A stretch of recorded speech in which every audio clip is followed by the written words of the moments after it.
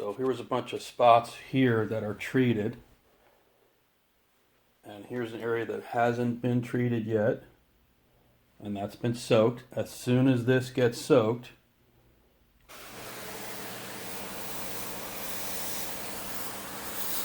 we'll soak about half of that.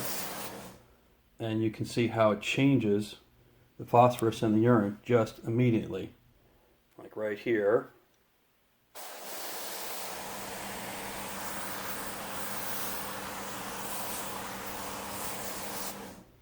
And it changes the phosphorus immediately, which shows it's breaking it down.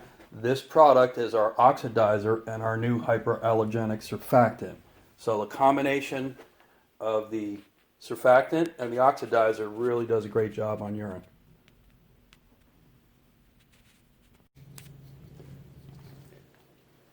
Here's a follow-up video to the first one where I was showing what was on this carpet. It's only been about 30 minutes, cleaned it, dried it with pads, and now I'm vacuuming it.